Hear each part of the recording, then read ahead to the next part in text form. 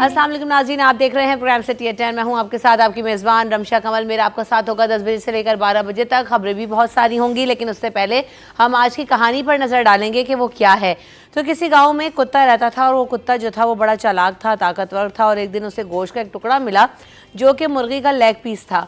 तो वो गोश्त का टुकड़ा मुंह में दबाकर भागा और सोचा कि किसी आराम सी जगह पर बैठकर खाएगा ताकि कोई दूसरा ना इसको खा ले। तो भागते भागते वो एक दरिया के किनारे पहुंचा और दरिया के किनारे पहुंचकर उसने सोचा कि दूसरी तरफ जाकर गोश्त खा लूं ताकि कोई और जानवर ना आ सके। जब वो दरिया को पार करने लगा तो उसकी नज़र पानी पर पड़ी और उसको अपना अक्स नज़र आया। उसने समझा कि कोई दूसरा कुत्ता है और उसने अपने मुंह में गोश्त का टुकड़ा दबाया और खड़ा हो गया। कुत्ते के दिल में लालच आई। उसने सोचा कि अगर मैं किसी तरह से इस दूसरे कुत्ते को डराऊं और उसका गोश्त का टुकड़ा छीन लूं तो मेरे पास 2 टुकड़े हो जाएंगे और मैं ज़्यादा खा सकूंगा। ये ख्याल आते ही उसने ज़ोर से भौंकना शुरू कर दिया और दूसरे कुत्ते पर हमला करने के लिए तैयार हो गया। जूं ही उसने भौंका उसके मुंह में गोश्त का टुकड़ा दरिया में गिर गया और पानी में जो है वो सिर्फ उसका अक्स था। असल में तो वहाँ कोई दूसरा कुत्ता था ही नहीं। अब उसके पास खाने को कुछ भी नहीं था और उसी वक्त उसने महसूस किया कि मैं कितना बेवकूफ़ हूँ कि मैंने जो मेरे हाथ में था उसे भी गंवा दिया। कुत्ता दरिया के किनारे बैठा अफसुर्दा था, खाली हाथ था और ये सोचता रहा कि अगर मैंने लालच ना की होती तो मैं वो गोश्त का टुकड़ा खा लेता। और सच बात यही है कि लालच बुरी बला है, चाहे वो इंसान हो चाहे वो जानवर हो। जो शख्स भी लालच करता है वो अपना नुकसान करता है। हमारे पास जो कुछ भी हो हमें उस पर अल्लाह का शुक्र अदा करना चाहिए, तवक्कल करना चाहिए और अल्लाह की रज़ा में राज़ी रहते हुए लालच नहीं करनी चाहिए और इक्तफ़ा करना चाहिए कि जो हमारे पास हालात हैं, जो हमारे पास माल है वो अल्लाह ताला की तरफ से दिया हुआ है, हमें उसमें ही गुजारा करना है। तो जब हम लालच करते हैं और गलत काम करने की उसके करते हैं तो उसका अंजाम भी बुरा ही होता है। तो आज की कहानी मैंने आपको सुनाई। हमारे साथ जो हमारे मेहमान मौजूद हैं उनका तारुफ भी आपसे कराती हूँ। अशरफ खान साहब मेरे साथ शामिल गुफ्तगू होंगे, आजिज़ जमाली साहब भी हमारे साथ शो का हिस्सा होंगे। अस्सलाम वालेकुम, आप दोनों कैसे हैं? जी वास्सलाम, बिल्कुल दुआएं जी। कैसे जा रही है अशरफ भाई ज़िंदगी आपकी? बस टेंशन खबरें, IMF, टैक्स, फिर नाराज़ हो जाएंगी हमारी दादी। छोड़ें, आप ये बताएं कि गोश्त के टुकड़े की कहानी कैसे लगी आपको? लालच बहुत बुरी बला। ये लालच हमारे हुक्मरानों को क्यों नहीं खा रही? इनसे नहीं बोटी का टुकड़ा छिन रहा। ये हुक्मरान है ना, वो समझते हैं हम हुक्मरान हैं, बादशाह हैं। देखें आप अगर पुराने दौर के बादशाहों की कहानियाँ सुने तो वो भी ऐसे ही थे। हाँ। आज से अगर 1000 साल पहले की कहानियाँ हम सुने, बादशाह सलामत होता था और वो समझता था कि रियाया जो है वो उसका ग़ुलाम है। वो जो चाहेगा, जो हुक्म करेगा रियाया को उस पर अमल करना है। वो तो खैर ग़ुलामी का दौर था। आज जदीद दौर की ग़ुलामी है। इन्होंने IMF की बात की, हम सभी IMF के ग़ुलाम हैं। नाम अलग हो गया लेकिन ग़ुलामी वही है। ग़ुलामी वही है। तो ये हुक्मरान जो है ये आज भी बादशाह सलामत हैं, बादशाह सलामत की तरह चलते हैं, हमको ग़ुलाम समझते हैं। इसलिए इनके गोश्त का टुकड़ा तो क्या इनको तो लालच इनकी ख़त्म इतनी नहीं हो रही कि वो एक शेर है कि छोड़ा कुछ भी नहीं है।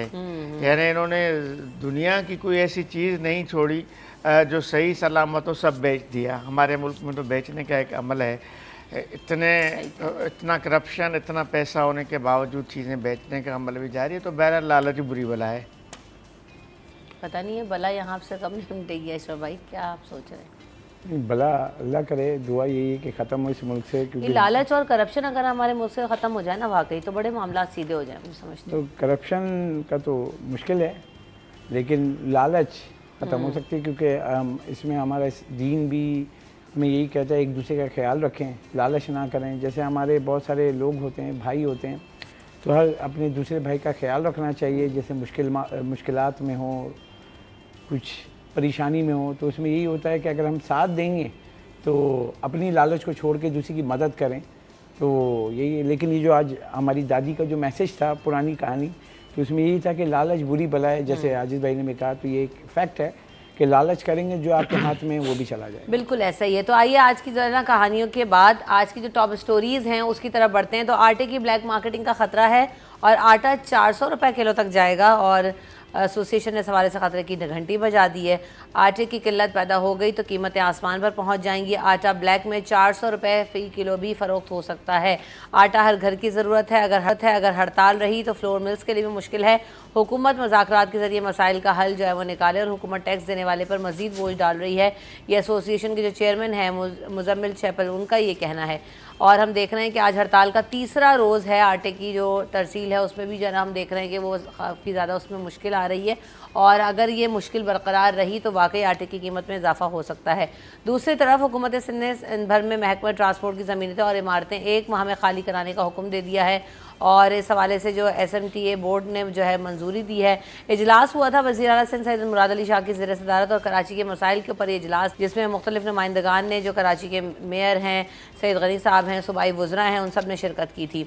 तो हुआ ये कि इस इजलास में शहर की सफाई सुथराई, खूबसूरत शहर को बनाने के लिए बल्दियाती इदारों के साथ मुशावरत की गई और तजावुज़ात हटाने के हवाले से जो है वो अहम फैसले किए गए। ग्रीन बेल्ट सर्विस रोड पर भी तजावुज़ात की इजाज़त नहीं दी जाएगी। अच्छा, इस हवाले से एक और चीज़ मुझे बड़ी कल मैंने भुगती है, तो मैं वो आपसे आगे जाके शेयर करूँगी कि सब बातें तो हो रही हैं लेकिन हो क्या रहा है। तो काफ़ी जो है ना वो बड़ा इजलास रहा। इस हवाले से आजिज़ भाई से अपडेट्स लेंगे कि क्या क्या बातें और मज़ीद इसमें सामने आई। दूसरी तरफ आला सानवी बोर्ड कराची ने तलबा की आसानी के लिए एक बड़ा फ़ैसला कर दिया है, और वो फ़ैसला क्या है कि निज़ाम को जदीद तकाज़ों से इस्तेमाल करके इंटर बोर्ड ऑफिस में सहूलत मरकज़ कायम कर दिए हैं। अब उम्मीदवार एक फॉर्म पुर करेंगे और तमाम मतलूबा दस्तावेज़ात हासिल कर सकेंगे। इंटरमीडिएट बोर्ड को मुकम्मल पेपरलेस करने के लिए बोर्ड ऑफिस में फैसिलिटेशन सेंटर भी कायम किया गया है। तो ये है कि मुख्तलिफ फॉर्म्स या जो चीज़ें तलबा तालबात को डॉक्यूमेंट कलेक्शन में भी मुश्किल होती थी, तो वो सब कुछ एक आपको फैसिलिटेशन डेस्क पे और ऑनलाइन अवेलेबल होगा।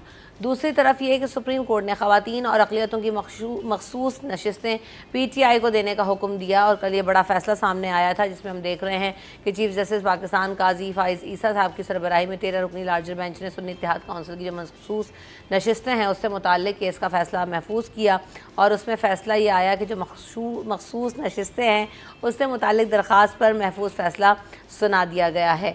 तो अच्छा जी, और नशिस्तों को PTI को दे दिया। दूसरी तरफ हैवी ट्रैफिक को लियारी एक्सप्रेस वे पर मुंतकिल किया जाए, मेयर कराची साहब का ये कहना है। इससे पहले हमने देखा था कि जब शहबाज शरीफ साहब आए थे तो उन्होंने भी यही बात की थी, और उनकी ही ये तजवीज़ थी कि हैवी ट्रैफिक को लियारी एक्सप्रेस वे से ले जाया जाए और 24 घंटे वहाँ पर फंक्शनल होगा। इस वक्त मेयर कराची बैरिस्टर मुर्तज़ा वहाब साहब ये कह रहे हैं कि शहर की सड़कें हैवी ट्रैफिक का जो मुसलसल दबाव है वो बर्दाश्त नहीं कर सकती, और थर्ड पार्टी की मस्बत रिपोर्ट की सूरत में हैवी ट्रैफिक को लियारी एक्सप्रेस वे पर फौरी तौर पर मुस्तकिल बुनियादों पर मुंतकिल कर दिया जाए, जिससे शहर में ट्रैफिक की रवानी बेहतर हो सकेगी। तो बेहतर होगी नहीं होगी, लियारी एक्सप्रेस पे मुस्तफ़ा कमाल साहब ने भी कहा था कि उसका जो रोड्स हैं वो इस काबिल नहीं कि उसके ऊपर बहुत ज़्यादा हैवी ट्रैफिक चलाया जाए। तो ये क्या क्लियरेंस मिली है नहीं मिली, इस हवाले से भी हम बात करेंगे। दूसरी तरफ ये सिविल अस्पताल कराची में नए आलात और जदीद मशीनें नस्ब कर दी गई हैं। मरीज़ों की सहूलियात और अस्पताल की सर्विसेज को बेहतर बनाने के लिए इक़दाम किए जा रहे हैं। नई मशीनों की जो तनसीब है वो शुरू कर दी गई है। तो कौन कौन सी मशीनें आई हैं और इस हवाले से भी हम आपको बताएंगे। एक्सरे मशीन है, सर्जिकल इंटेंसिव केयर यूनिट के हवाले वो कर दी गई है। तो मज़ीद इक्विपमेंट्स आ रहे हैं और अब उनको सिविल अस्पताल में हम देख रहे हैं कि इक्विप भी किया जा रहा है। तो इजलास के हवाले से ही स्टार्ट कर लेते हैं। सबसे पहले आजिज़ भाई, कल ये इजलास हुआ, आपने यकीनन दुआ कवर भी किया होगा, तो क्या इसमें जो है आम फैसले सामने आए? वज़ीर आला सिंध के इजलास की बात कर रही हैं आप? जी जी। अच्छा, इस पे हमने पहले इसी प्रोग्राम में बात भी की थी, लेकिन सूरत हाल कुछ अजीब है बड़ी कि अगर आप शारा फैसल का नर्सरी का जो इलाका है वहाँ पे जाएं तो जो दफातर हैं, दफातर के बाहर सर्विस रोड पे एक बहुत बड़ा जनरेटर पड़ा हुआ आपको मिलेगा, और रोड से एक गाड़ी भी नहीं गुजर सकती। एक तो ये रिपोर्ट थी कि ये जो सर्विस रोड्स पर या फुटपाथों पर जो ये जनरेटर्स पड़े हुए हैं या इस तरह की और चीज़ें पड़ी हुई हैं, इनको हटाया जाए। वज़ीर आला सिंध ने कहा है कि उनके इल्म में है ये बात कि ग्रीन बेल्ट्स पर भी कब्ज़े हैं, सर्विस रोड्स पर भी कब्ज़े हैं, और शारा के ऊपर लोग मलबा फेंक के चले जाते हैं। तो बताया गया कि जी वो कुछ बिल्डर्स जो नई कंस्ट्रक्शन करते हैं वो भी मलबा जो है वो रोड पे फेंक कर चले जाते हैं। तो ऐसे बिल्डर्स के ख़िलाफ़ भी कार्रवाई का पहले भी फैसला हुआ था लेकिन उस पर अमल नहीं हुआ। इस पर वज़ीर आला अब उन्होंने एक काम ये किया कि मेयर कराची यानी KMC भी उसमें शामिल एक ही वक्त पे, उसके साथ महकमा बल्दियात सिंध, उसके साथ जो डिस्ट्रिक्ट एडमिनिस्ट्रेशन है यानी जो इलाके का डिप्टी कमिश्नर होगा वो भी उनके साथ होगा, और इलाके की पुलिस जो होगी यानी उसी ज़िले की पुलिस, KMC, महकमा बल्दियात, डिस्ट्रिक्ट इंतज़ामिया और पुलिस, ये सारे मिलकर ऑपरेशन करेंगे तजावज़ात के ख़िलाफ़ जहाँ भी रुकावट। अच्छा, वज़ीर आला सिंध ने कहा कि जिस भी इलाके में उनको तजावज़ात की रिपोर्ट मिली, फिर उस इलाके के तमाम अफसरान के ख़िलाफ़ वो कार्रवाई करेंगे अगर ये इसको क्लियर नहीं कराया गया। तो अब ये कार्रवाई होती है या नहीं होती है, इस पे अमल होता है। सबसे यहाँ हम जितनी भी ख़बरें पढ़ते हैं, जिन पे बहस करते हैं, असल उसमें सवाल अमल का है, प्रैक्टिकल का है। कोई अमली काम हो तो हम भी यहाँ बैठ के तारीफ़ करेंगे, बिल्कुल तारीफ़ करेंगे। इसमें अगर अच्छा काम हो रहा है तो हम तारीफ़ भी करते हैं। बिल्कुल तो लेकिन तारीफ़ किस चीज़ की करें? हम तो देख रहे हैं कि शहर में तजावज़ात की भरमार है, सड़कें जो हैं वो ब्लॉक लगी हुई हैं, गाड़ी गुजरने का रास्ता नहीं है। सिवाय शाहरा फैसल को छोड़ के आप शहर की दीगर सड़कों की हालत देखें तो बहुत बुरा है। कल इत्तेफाक ऐसा हुआ कि गुजरना हुआ ये मरीज, क्योंकि ट्रैफिक और रूट्स भी बहुत ज़्यादा डिस्टर्ब हैं और जगह जगह सड़कें भी बंद थी, तो उसकी वजह से क्या हुआ कि गुजरना मेरा हुआ ये कायदाबाद वाले रोड से। रोड नहीं था वहाँ, बाज़ार है बस सड़क पे। बिल्कुल। आप तजावुज़ात की जब बात कर रहे हैं और आप अगर बंस रोड पे खड़े हो जाएंगे और आप बोलेंगे तजावुज़ात हटाओ, तो ठीक है, आप 2-4 गलियों से ठेले हटवा देंगे और कहेंगे तजावुज़ात का खात्मा हो गया। लेकिन आप सदर उठाकर देख लें, आप कायदाबाद उठा, आप इतना ट्रैफिक, पूरा ब्रिज अशरफ भाई जाम था, जो कायदाबाद वाला ब्रिज है वो जैम था। आगे नेशनल हाईवे पे जो सड़क जा रही थी वो जैम हो गई थी उसकी वजह से, क्योंकि जो 4 रोया वो सड़क है कायदाबाद की, उसमें 3 लेन्स के ऊपर ठेले, बाइक्स और कारोबार हो रहा था और ट्रैफिक पुलिस वहाँ पर मौजूद थी, पुलिस स्टेशन सामने मौजूद है, कोई उनको ना हटवा रहा था ना उनको कोई कुछ कह रहा था। ट्रैफिक का निज़ाम तहस नहस था और ये तजावुज़ात नज़र नहीं आती। क्या है, किसकी सर्वेलेंस में सब कुछ हो रहा है? और फिर एक तरफ ये इजलास हो रहे हैं तो दीगर इदारों को ऑन बोर्ड क्यों नहीं लेते, खुद ही बैठ के बातें कर लेते? जी यही, जैसे अजीत भाई ने बताया, तमाम इदारे इस दफ़ा जो हैं शामिल थे। मेयर कराची, जैसे KMC आ गया, दीगर DCs हो गए। आप जहाँ की बात कर रही हैं, पुलिस फोर्स और ट्रैफिक पुलिस के लोगों को, एहलकारों को, उनको भी मिलाएं, पुलिस फोर्स को भी मिलाएं कि रेगुलेट कौन कराएगा उनके साथ? नहीं, रेगुलेट का ही मसला है इसमें। यहाँ पे अगर हम देखें, क्योंकि इस शहर की जो हम बात करें, 7 अजला हैं, 7 अजला में कहीं भी चले जाएँ आप, यही सूरत हाल है। क्योंकि जो पूरे मुल्क भर से जो लोग आके यहाँ कारोबार कर रहे हैं या रिक्शा चला रहे हैं या ठेले चला रहे हैं, तो वो आके उस शहर की जो सिस्टम है उसको ब्लॉक कर दिया है। यही चीज़ मैं एक मिसाल दूँ, ये पाकिस्तान है, इसी में दारुल खिलाफा है। इस्लामाबाद आप जाएं, इस्लामाबाद में ऐसी कोई चीज़ करके दिखाएं, वो उसको उठा के सीधा बंद कर देते हैं। आप ट्रैफिक की रवानी को रोकने की दूर की बात, कहीं फुटपाथ पे या ऐसा कुछ करें, तो आपकी एक मिसाल है इसी मुल्क में। मैं कहीं और की बात नहीं कर रहा हूँ, इस्लामाबाद की बात कर रहा हूँ। तो ये कराची भी सिंध का दारुल खिलाफा है और इसमें यहाँ पे अगर हम देखें तो ये इतनी बड़ी आबादी है, जब कोई ऑफिस से घर जा रहा होता है तो आप इस वक्त ट्रैफिक का फ़्लो सबसे ज़्यादा होता है और उसी वक्त वो सारे ठेले, रिक्शे, आप इस वक्त रिक्शों को देखें जो मिनी बस बनी हुई है, किसने इजाज़त दी उनको कि एक छोटी, मैं मानता हूँ कि ट्रांसपोर्ट का मसला है, मैं मानता हूँ कि इश्यूज़ हैं, लेकिन किसी ने इजाज़त दी कि 200 सीसी के रिक्शे पे आप 10 लोगों को, 12 लोगों को बैठा के लेके जा रहे हैं, उनकी जान को भी ख़तरे में डाल रहे हैं। जो रोड पे आप रिक्शा देखें, आपने भी देखा होंगे, तो रिक्शा चला रहा है, अचानक से आके रोड पर आ जाता है। तो ये मिसाल है, जैसे मैंने बताया कि कराची में बहुत बड़ी बड़ी चौड़ी सड़कें हैं। यहाँ पर आप तजावुज़ात की जो बात करें, अगर ये ग्रैंड ऑपरेशन करें, सदर जाएं, रीगल जाएं, आप जो मेन होलसेल मार्केट है वहाँ पे आप चलने की जगह नहीं, जोड़िया बाज़ार अभी चली जाएं आप, और वहाँ आप चल के दिखा दें। चलना तो जो मतलब कि क्रॉस नहीं कर सकते हैं, गधा गाड़ी, ट्रक, बस, एक प्रॉपर तो जनरेटर्स रखे हुए हैं, या आगे अगर वो वर्कशॉप वाला है तो अपने टायर रख लेता है, कोई राशन वाला है तो आटे की बोरियां रख लेता है। तो मतलब हर तरह से जो ना, आपने जो कायदाबाद की बात की, आपने अगर उसको जज किया हो, इन्होंने बात की है कि कोई 1000 से ज़्यादा रिक्शे जो हैं वो कायदाबाद जाने वाले रोड पे एट ए टाइम खड़े हुए होते हैं। लोगों को रोड पे ही, मेन रोड पे ही, और लोगों को उठाते भी मेन रोड, उनका कोई स्टॉप नहीं है, वो लोगों को उठाते हुए, चलते हुए लोगों को उठाते हैं, और रिक्शे के पीछे रिक्शा है जिसकी वजह से पूरे का पूरा ट्रैफिक जाम है। अब इसके कहानी क्या है? भत्ता है। असल जो कहानी है, वज़ीर आला सिंध साहब को भी बता रहे हैं कि ये तजावुज़ात के पीछे, मैं पहले भी इसी प्रोग्राम में कह चुका हूँ, तजावुज़ात के पीछे करोड़ों रुपए का रोज़ाना का कारोबार है। बुलाए ना उन लोगों को, ये रोज़ाना का वसूल कर रहा है? सिर्फ कायदाबाद कौन ले रहा है? सिर्फ कायदाबाद पे लाखों रुपए का भत्ता ट्रैफिक पुलिस वसूल करती है।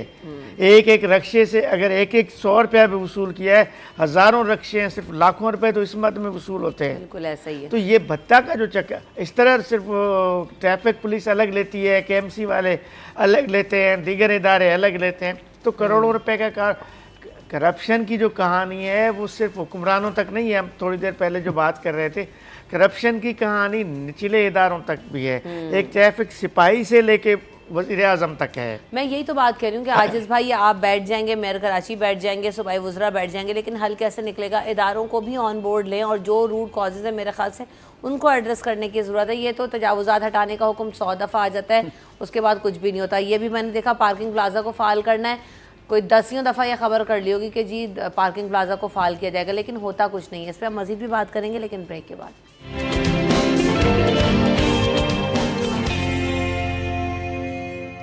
Welcome back in city at 10। तो अशरफ खान साहब, हमने ये भी देखा कि कहा गया कि पार्किंग प्लाजा को एक्टिव किया जाएगा, तो ये पार्किंग प्लाजास के फ़ाल करने की बातें भी बहुत दफ़ा हुई हैं, लेकिन पार्किंग प्लाजास की लोकेशन के हवाले से बहुत दफ़ा चीज़ें डिस्कस हुई हैं, तो ये फिर एक दफ़ा ये इजलास में बात हुई है, तो क्या इसका जो है ना आउटकम आप देख रहे हैं? जी, पार्किंग प्लाजा अगर देखा जाए जैसे सदर से दूर है, तो ये सिस्टम जब बना था मुस्तफ़ा कमाल के दौर में बिल्डिंग बनी थी पार्किंग प्लाजा की, और वहाँ पे जाके देखे तो ये हुआ था सिस्टम कि गाड़ियाँ जैसे सदर, रीगल और ये सारे हैं जो मेन, वहाँ जाके पार्किंग प्लाजा अच्छी खासे मंजिला है और वहाँ पे सिर्फ गाड़ियाँ पार्क होनी थी। तो गाड़ियाँ पार्क करके वहाँ से शटल सर्विस चलनी थी कि शटल बसें चलेंगी, आपको आपके दफातर, आपकी दुकानों तक वहाँ छोड़ती हुई फिर आ जाएंगी। ये एक अच्छा प्लान था, लेकिन लोग आपको पता है कराची में वो बिल्कुल चाहते हैं कि बिल्कुल जो दुकान है या दफ्तर है उसके बिल्कुल फ्रंट पे जाके उतरें और वहीं पे जाके आप ऑफिस में चले जाएं। तो ये अगर आप दुनिया में कहीं भी चले जाएं, जैसे दुबई चले जाएं, दीगर सिंगापुर चले जाएं, वहाँ पे एक पार्किंग प्लाजाज हैं, वहाँ से आपके इट विल टेक के 5 मिनट्स 10 मिनट्स की वॉक होती है कि आप दफ्तर में, क्योंकि आप अगर ब्लॉक कर देंगे वो चीज़ को तो ना आपका कारोबार होगा ना कुछ, क्योंकि आबादी बढ़ती जा रही है और उसके लिए आपकी पार्किंग की डिमांड भी बढ़ती जा रही है। अब यहाँ पे अगर जाएँ आइए चंडीगढ़ रोड, सदर, ये सब में अगर आप घूमें गाड़ी लेके, जैसे हमने स्टेट बैंक जाना होता है, दीगर राइस एक्सपोर्टर का ऑफिस है, आइए चंडीगढ़ माशी हब है और वहाँ सारे फाइनेंशियल इंस्टीट्यूट का हमें जाना पड़ता है, वहाँ पे कराची चैम्बर है, वहाँ पे स्टेट बैंक है वहाँ पे। तो जब हम जाते हैं, यकीन करें अगर हमारे पास ड्राइवर नहीं होना तो हम गाड़ी नहीं पार्क कर सकते हैं। वहाँ पठान पार्किंग चलती है, पीपी कहते हैं उसको। अब पठान पार्किंग है, आप गाड़ी से उतरें, चाबी दे दें, और गाड़ी कहाँ लेके जा रहा है ना आप उसको जानते हैं, गाड़ी दे दें, इतना। अच्छा, उसके बगैर हल भी नहीं, उसको गाड़ी देना ही पड़ती है, और अगर नहीं देंगे गाड़ी उठा देगा, पंचर कर देगा, बैटरी चोरी हो जाएगी। आपके पास जगह ही नहीं, आप लगाओगे कहाँ? आपको नहीं मिलती, उसको तो मिल जाएगी ना, क्योंकि वो सबको पैसे दे रहा है और आप गाड़ी लगाएं। अभी मैं ये रिसेंट इस हफ्ते में गया था मैं, तो मैंने जगह नहीं मिल रही थी तो मैंने गाड़ी उसको चाबी देनी पड़ गई। मैंने कहा भाई नाम बताओ, नंबर, कह रहा भाई यहाँ पे तो किसी से पूछ लो, नहीं नाम है मेरा। मैंने कहा अच्छा भाई। अब मजबूर से नेशनल बैंक जाना था तो वहाँ पे उसको दे दी चाबी और मैं अंदर चला गया। अब उसके बाद मैं उसको जाके बोला तो गाड़ी ढूंढ रहा है कहाँ लगा दी है। अब मैं भी परेशान कि कहाँ चलेगी गाड़ी। अब ये सिस्टम है यहाँ पे और ये चल रहा है यहाँ पे। अब इसकी अगर हम बात करेंगे ये सारे सिस्टम को ठीक कैसे करना है, तो ये सिस्टम में जो हमारे लोग हैं ना, जैसे आपकी पार्किंग प्लाजा हो गई, अभी मेयर कराची से हम लोग की मुलाकात हुई थी, मेयर कराची ने एक और इंकशाफ किया कि एक बिल्डिंग है जो सदर में और वहाँ पे बोल्टन मार्केट के पास, और हुकूमत सिंध की बिल्डिंग है वो, और वो चाह रहे हैं कि वो तनाज़े था वो ख़त्म करके उसको बिल्डिंग को पार्किंग प्लाजा बनाए। मैंने कहा बहुत अच्छी बात है, अगर उसको पार्किंग प्लाजा बनाते हो, सरकारी बिल्डिंग है और उनका अदालती कोई मैटर है वो कहने रिजॉल्व करने जा रहे हैं और वहाँ पे पार्किंग की ऑप्शन देंगे। तो बाइक्स अगर आप देखें सबसे ज़्यादा कराची में बाइक्स हैं, 32 लाख तो सिर्फ कराची में बाइकें हैं। अब वो पार्क होने के मेन आपका हब जो जगह वहाँ पे पार्किंग अगर हो जाएगी बहुत अच्छा सिस्टम होगा। और इस सिस्टम को ठीक करने के लिए आवाम को भी, कराची के शहरियों के भी, इसका स्टार्ट वहीं से होगा, तजावुज़ात। जब आप देखोगे ना कि सड़क पे पार्किंग लगाना अलाउड नहीं है, सड़क पे ठेला खड़ा करना अलाउड नहीं, तभी लोग पार्किंग प्लाजा में जाएंगे। पार्किंग प्लाजा क्यों नहीं जाते आजिज़ भाई लोग? क्योंकि कल्चर नहीं है। बतौर कौम भी हम बादशाह लोग हैं। हम जैसे इन्होंने कहा ना, हमसे ये तकलीफ़ नहीं होती है कि गाड़ी को पार्क करके 2 मिनट फासला पैदल दफ्तर तक जाएं, या अगर शटल सर्विस थी तो खैर पार्किंग प्लाजा की बिल्डिंग सिर्फ देखी है, शटल सर्विस तो कभी नहीं देखी, क्योंकि ऐसा कोई ऐलान भी नहीं देखा। सदर का जो इलाका है ना, सदर इम्प्रेस मार्केट, ये पूरा ये इलाका आप 1930 में भी ये हाल नहीं था जो आज है। 1930 की हम तस्वीर देख रहे हैं तो बड़ा खूबसूरत खुला खुला हुआ लग रहा है, लेकिन अब तो जो हाल है आप वहाँ जाएं तो पैदल नहीं चल सकते, गाड़ी तो दूर की बात है। तो ये आखिर गुज़िश्ता कुछ 30-40 साल से ये कहानियाँ सुन रहे हैं हम। ये मौजूदा हुकूमत ही, मुझे 30-32 साल रिपोर्टिंग करते हुए, अखबार की रिपोर्टिंग की, फिर टीवी में 15-20 साल से कर रहे हैं। ये खबरें, ये कहानियाँ ऐसी ही कहानियाँ हैं जैसे आप कहानी सुनाती हैं शुरू हाँ हाँ सही बात ये बरसों से ये कहानियाँ चलती आ रही हैं। ये तजावज़ात का मसला भी बरसों से चलता हुआ आ रहा है। ये पार्किंग प्लाजा जैसे बता रहे हैं ना, मुस्तफ़ा कमाल ने शुरू किया था, लेकिन वो खंडरात की तरह एक इमारत खड़ी है और कुछ भी नहीं है उसमें। तो ये आपने ठीक कहा कि बुनियादी तौर पे तो बात मिसमैनेजमेंट की है, इदारे देखिए कहाँ ये हैं। कल्चर आपको डेवलप करना होगा। ये तब होगा जिस भाई जब आपको पता है ना कि सड़क पर बाइक लगाना अलाउड नहीं है, कार लगा ली जाएगी तो कार लिफ्टर आके उठा लेगा। ये मखसूस इलाकों में से तो कार लिफ्टर उठा रहे होते हैं, फिर आप अपनी गाड़ियाँ ढूंढने जा रहे होते हैं। लेकिन जब कार ठेला खड़ा लिफ्टर का भी होगा, हल क्या निकाला? बाइक वाला 100 खड़ा रुपए होगा, दे के लेके आ जाओ, उसका भी 100 हल ये रुपए निकाला। कहाँ है, अब तो पता नहीं कितने 500 रुपए 100 चले ले लेते हैं। मतलब बात ये है कि मतलब पैसे दे के काम करने सजा नहीं है ना, ये भी एक सजा नहीं हाँ है। सही बात है। नहीं सजा तो ये है कि गाड़ी चालान कर दें, ओके जी नहीं मिलेगी, जब्त कर दें। अगर गाड़ी रोड पे खड़ी करेंगे नहीं मिलेगी, जिसकी भी हो। बाइक ये रोड सब कुछ तब होगा ना जब कोई और भी गाड़ी खड़ी हुई ना दिखे, जब कोई और सड़क पे Exactly, ठेला खड़ा हुआ ना जब- दिखे, बाइक वाला खड़ा हुआ ना दिखे, तो फिर आप बोलोगे कि हाँ भाई पार्किंग वही प्लाजा में लगाएं। ब्लैक शीशे जो वीआईपीज को नहीं रोकते ब्लैक शीशों से, तो दूसरे लोग भी लगा रहे होते हैं ब्लैक शीशे। कानून सबके, जब तक कानून सबके लिए नहीं होगा तो कभी भी नहीं होगा इस पे अमल। कानून पे अमल दरामद जो है ना वो हमारे यहाँ वाकई नहीं होता। ये इजलास होते रहेंगे और ख़त्म भी हो जाएंगे। आटे का क्या होगा?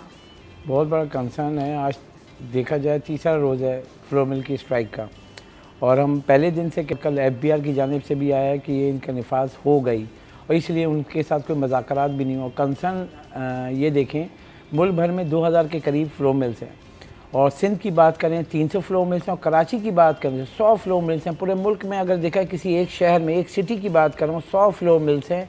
और यहाँ रमशा आप सोचें कि 1,00,000 किलो के बैग योमिया मार्केट में जाते हैं। आप सोचें कितनी बड़ी डिमांड है, 1,00,000 बैग सिर्फ आटे के 100 किलो के। कोई सप्लाई चेन, क्योंकि सबसे ज़्यादा तंदूर यहाँ पे हैं, सबसे ज़्यादा मज़दूर यहाँ पे हैं, सबसे ज़्यादा इंडस्ट्री यहाँ पे है, और लोग बेचारे वो जाके जो लेते हैं। अब कंसर्न ये हो गया है कि आटा महंगा हो जाएगा, आटा महंगा होगा, रोटी महंगी हो जाएगी, और इस महंगाई में जो परेशान है। अब मेन ये है कि आज तीसरा रोज़ है, कंटिन्यू है हड़ताल, और सबसे बड़ा कंसर्न है कि हुकूमत की जानिब से कोई राब्ता नहीं हुआ है। यानी कि अगर आपने बंद किया, वो कोई एहतजाजन कर रहे हैं, आप उनकी सुने। और ये अगर देखा जाए, वो कह रहे हैं विद होल्डिंग। मैं बताऊं कि मैं फ्लो मिल्स हूँ, 2 बायर हैं, आप और आप। अब वहाँ पे क्या है कि आप ख़रीदार करने आ रहे हैं, मेरा इनकम टैक्स होता है, मैं आमदनी करता हूँ आटा बेच के, तो मैं उस पर टैक्स दे रहा हूँ, डील हो गई। सही। अब वो कह रहे हैं आप विद होल्डिंग एजेंट बने, यानी आप जो आटा बना के बेच रहे हैं, तो कोई दुकानदार या कोई दूसरा आ रहा है लेने से फ्लो मिल से, तो उसकी वो फाइलर है, नॉन फाइलर वो ढूंढें, उसकी शनाख्ती कार्ड लें, उसका डाटा बनाएं। फाइलर है तो फाइलर का टैक्स काटें, नॉन फाइलर कह रहा है भाई हम एफबीआर थोड़ी हैं, एफबीआर का काम है ये करना, हमारा काम है भाई माल निकाल के बेचना। अब बहुत सिंपल सा कहना बात तो है। उनकी सही है वैसे, किसकी? फ्लोर मिल्स वालों की अगर ये डिमांड है तो बिल्कुल सही है। देखें, पाकिस्तान पेट्रोलियम डीलर की भी स्ट्राइक थी, हुकूमत ने वापस ली ना। क्यों वापस ली? उनके ऊपर विद होल्डिंग टैक्स लगा दिया, तो उन्होंने काम नहीं बन सकते हैं। अब वो कह रहे हैं कि भाई हमारे ऊपर लागू ही नहीं होता है ना पेट्रोल। एक क्या है कि हर आवाम उसका ऑलरेडी टैक्स लगा हुआ है उसमें। हुकूमत को अपना डाटा बनाने में क्या हर्डल है? एफबीआर का काम है, एफबीआर क्यों नहीं करता? हुकूमत एक इदारा कायम कर दे, वो क्यों नहीं करता? ये इनके ऊपर क्यों डाल रहे हैं? यही तो क्या इससे IMF क्या सहूलत होगी? यही तो IMF भी कह रहा है। आज IMF की जो एलामिया आया है, $7 अरब हमें मजीद कर्ज मिल गया माशाल्लाह से, कर्ज, और उसका बोझ क्या होगा? 3,500 अरब का बोझ हमें आवाम पे लगा रहे हैं। अब मेन यही है कि IMF भी ये कह रहा है कि आप जो टैक्स नेट में नहीं है उनको टैक्स नेट में लाएं। आप क्या कर रहे हैं कि अभी कितना हमें कर्ज मिला है IMF से? $7 अरब 37 माह में मिलेंगे, और $7 बिलियन का आप इम्पैक्ट देख लें कि IMF हमारा सोच रही थी कि आप क्या बोल रहे हैं, 7 बिलियन रुपीस कह रहे हैं कि डॉलर कह रहे हैं? डॉलर, $7 अरब। और अब एग्जेक्टिव बोर्ड इसकी मंजूरी देगा, इसका एलामिया आज जारी हो गया है, और इसका आप इम्पैक्ट देखें। $7 अरब जो IMF ने दिए हैं, इसका सूद कौन देगा? हुकूमत तो नहीं देगी, आवाम देगी। आवाम देगी। उसी की वजह से आपके पास 3.5 अरब रुपए पाकिस्तानी रुपए 12 महीने में टैक्स का बोझ है, जो हर आदमी को देना होगा। चाहे मीट कोई मासी काम कर रही है, कोई मजदूर काम कर रहा है, उस सबको हर चीज़ की शक्ल में देना। अब ये आटे के बहरान का हल क्या निकलेगा? ये तीसरा रोज है आज, और आटे की कीमत कह रहे हैं 400 रुपये तक भी जा सकती है। जी तो देखें क्या ना, होगा फिर ये अब आशा भाई? किल्लत होगी, और मैं अगर होल्डर हूँ, मेरे पास माल पड़ा हुआ है, आप लेने आ रहे हैं, आपको तो आटा चाहिए। अब आटा हमारे यहाँ कोई 50-50 किलो तो नहीं खरीदता है। गरीब आदमी के पास, वो आपको याद होगा जब 170 रुपये हमने दिया था 1 साल पहले, आटे की जो कीमत हो गई थी, याद होगा आजिज़ भाई? आप यकीन करें, मैं जब फील्ड में गया मुझे आंसू आ गए थे कि वो लोग 1-1 किलो आटा ले रहे थे। 1 किलो आटा क्या होता होगा 1 किलो और अभी जब आटा इंपोर्ट होके सस्ता हुआ तो उसको आपने वो करके अब यहाँ पे स्ट्राइक हुई भी। अब आप देखें कंसर्न क्या कर रहे हैं कि अगर आटा की सप्लाई बहाल नहीं हुई क्योंकि डिमांड बहुत बड़ी है तो आटा यकीनी तौर पर 5 रुपये तो कल हमने चलाए, 1 किलो पे 5 रुपये बढ़ा दिए उन्होंने। फ़ायदा भी तो उठाते हैं ना, तो हर कोई जो बैठा है उसके बाद माल पड़ा हुआ क्या लेना है इसने में लो। मेन ये है कि भाई आप आमदनी पर टैक्स लगाए ना, हम सप्लाई चेन, मैं फ्लोर में लूँ, आप होलसेलर हो, आप रिटेलर हो, हम तीनों लोग कमा रहे हैं। मैं अगर कमा रहा हूँ 10 रुपये तो उस पर टैक्स दूंगा, ये होलसेलर है ये कमा रहे हैं ये भी देंगे, आप रिटेलर हो आप कमा रहे हो ना, आप टैक्स दे दो। वो क्या हो रहा है कि ये तीनों का टैक्स आवाम पे डाल रहे हैं। मतलब ये सिस्टम आप ठीक करें, यानी कि विद होल्डिंग टैक्स कहलाता है। अगर आप उसको डिवाइड करें किसके ऊपर, हर आदमी के ऊपर लगाएं। मेरी आमदनी पे मैं सैलरीड पर्सन हूँ और मैं कैटेगोरिकली कह रहा हूँ मेरी एट सोर्स टैक्स कट जाता है, मैंने दे दिया। अब इसी तरीके से फ्लोर मिल ने जब इनको दिया, ये होलसेलर अगर बेच रहा है वो कमा रहा है ना 2 रुपये 5 रुपये 1 रुपये, उसके ऊपर वो टैक्स दे दे उसकी आमदनी पे। अब वो उसके बाद आपको दिया, आपने बेचा रिटेलर ने, तो उसके ऊपर लगा। बहुत सिंपल सा ये है, पूरी दुनिया में राइज है, इंडिया में है, बांग्लादेश में, हमारे यहाँ क्यों नहीं हो सकता? क्योंकि हमारे यहाँ सिस्टम नहीं है।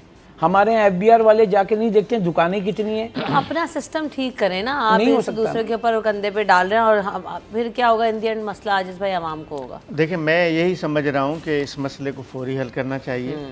अल्टीमेटली हुकूमत, देखिए हुकूमत को मुज़ाकरात तो करने चाहिए ना कम अज़ कम। इन्होंने पहले भी फ्लोर मिलर्स ने कहा था, फिर आज 3 दिन और भी गुजर गए। कम अज़ कम FBR के लोग बैठ के इनसे बात तो करें ना कि भाई हल क्या निकालना है, कि ज़ाहिर हल तो इसी सूरत में निकलना है। अब अगर नहीं बैठेंगे तो अल्टीमेटली यही होगा जो आप बता रही हैं। 400 रुपये तक अगर आटा चला गया, 100 रुपये आज 110 रुपये किलो है, अगर वो होगा। अब घरों में आटा ऐसी चीज़ है जो स्टॉक नहीं होता। गंदम तो स्टॉक लोग करते। हमारे यहाँ देहात में पता है क्या है, देहात में लोग अपने यहाँ घरों में गंदम को स्टॉक करते हैं जी, फिर उसी की पिसाई खुद ही करवाते हैं। और लेकिन यहाँ शहरों में ये सूरत हाल नहीं होती। यहाँ पे आटा 5-10 किलो से ज़्यादा कोई स्टॉक नहीं कर सकता। आटा ऐसी चीज़ है जो ख़राब हो जाता है अगर ज़्यादा देर तक पड़ा रहेगा। तो 10 किलो 15 किलो 20 किलो इतना ही ज़्यादा लोग स्टॉक करते हैं, ख़त्म होता है फिर लोग खरीदते हैं। या 5 किलो, गरीब से गरीब लोग भी 5 किलो तक लेते हैं। लेकिन ये 5 किलो 10 किलो 15 किलो ज़ाहिर है आने वाले 2-4 दिनों में ख़त्म हो जाएंगे जो घरों में पड़ा हुआ है। फिर क्या होगा? ये अहम सवाल है। बिल्कुल ऐसे ही मुज़ाकरात करने पड़ेंगे ताकि मसले का हल निकले। आवाम के लिए ही सारी परेशानी होती है, ख़वास के लिए तो कुछ भी नहीं है। वक्फा ले लेते हैं, वक्फे के बाद हाजिर होंगे।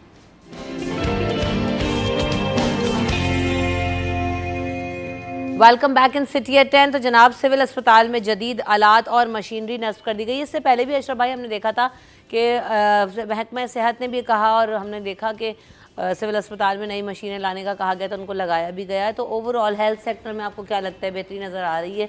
जैसे कि सिंध हुकूमत ने कहा भी था कि हमारी तरजीह है कि हम सेहत की सहूलियात को बेहतर करेंगे, तो आप कैसे देख रहे हैं? देखें सिंध हुकूमत की अगर बाकी चीज़ों पे बात करें, सेहत पे इनको एक थम्स अप देना पड़ेगा। जैसे कि यहाँ पे सेहत का अगर देखें पूरे इवन के बलूचिस्तान दीगर जो हमारे सूबे वहाँ से भी लोग आके इलाज करा रहे हैं, जैसे SIUT है। बाकी उसके सिंध गवर्नमेंट हर जगह पे हर जो उसके हेल्थ सेक्टर को बहुत फोकस करी है। और बुनियादी वजह ये भी है कि पूरे सिंध में भी देखें जो गरीब जो हमारे हैं हारी हैं और ये सारे हैं, तो उनकी मुश्किलात बहुत हैं। क्योंकि अगर हैदराबाद से आगे जाते हैं कुछ भी होता है वो कहाँ आते हैं? Karachi.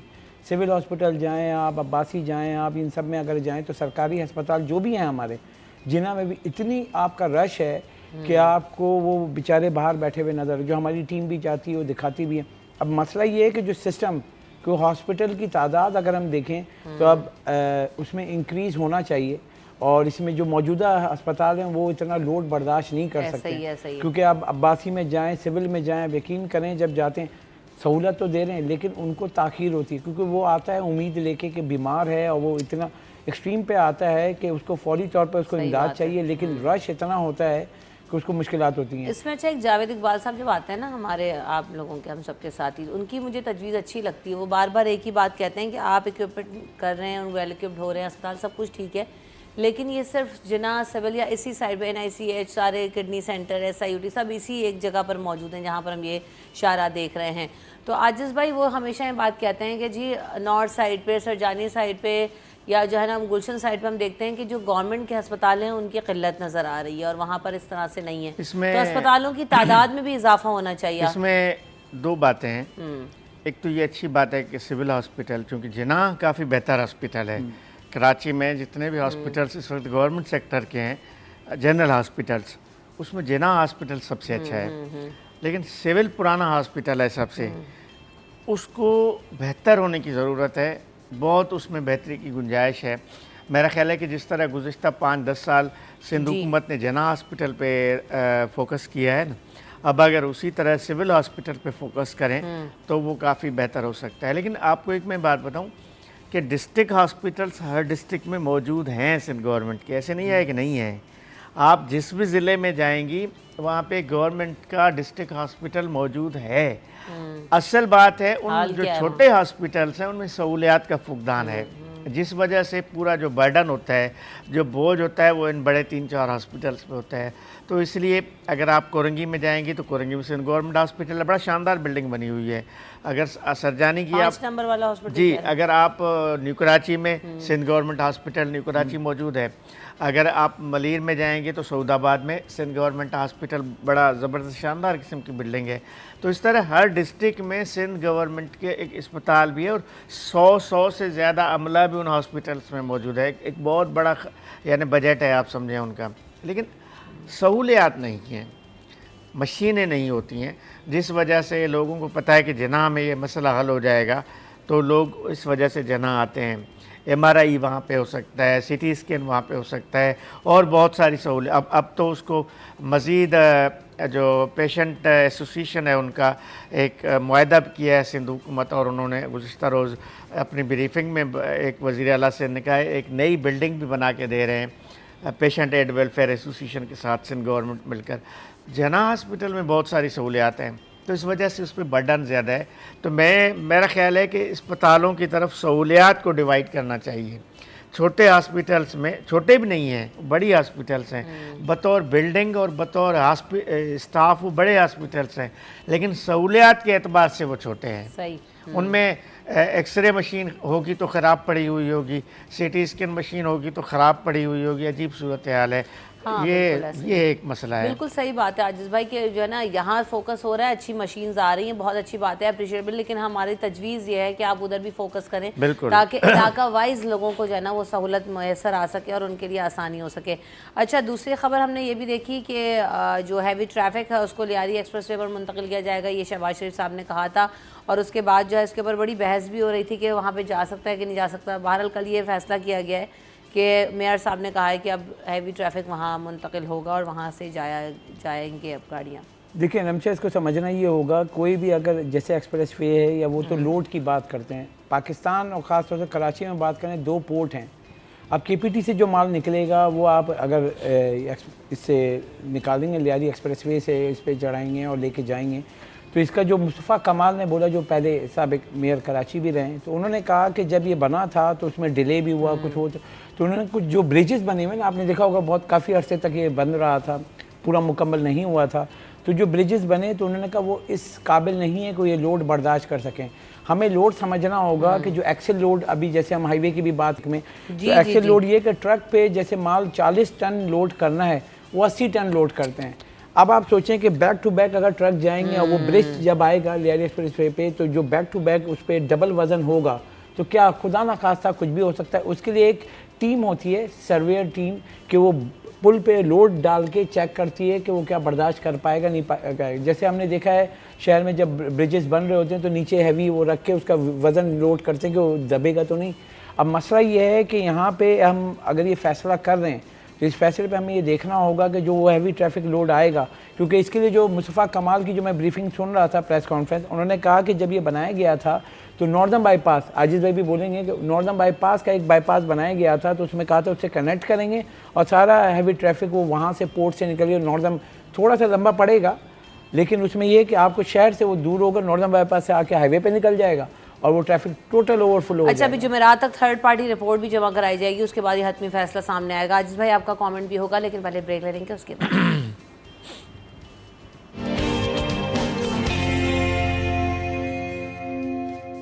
Welcome back in city at 10। तो जनाब हम बात कर रहे हैं लियारी एक्सप्रेसवे के हवाले से। तो आजिज भाई आपका इसके हवाले इस पर क्या मौक़िफ़ है? कंट्रोवर्सी है सिंध गवर्नमेंट और फेडरल गवर्नमेंट में। ठीक है। फेडरल गवर्नमेंट को बताया गया है कि ये जो लियारी एक्सप्रेसवे है ये हैवी ट्रैफिक के काबिल नहीं है, जबकि वज़ीर आला सिंध का इस पर इसरार है, मेयर कराची का भी इस पर इसरार है कि जी इस पर हैवी ट्रैफिक को चलाया जाए, क्योंकि शहर में ट्रैफिक एक मसला तो है कराची का। देखें जो हैवी ट्रैफिक है वो एक इशू तो है इस शहर का।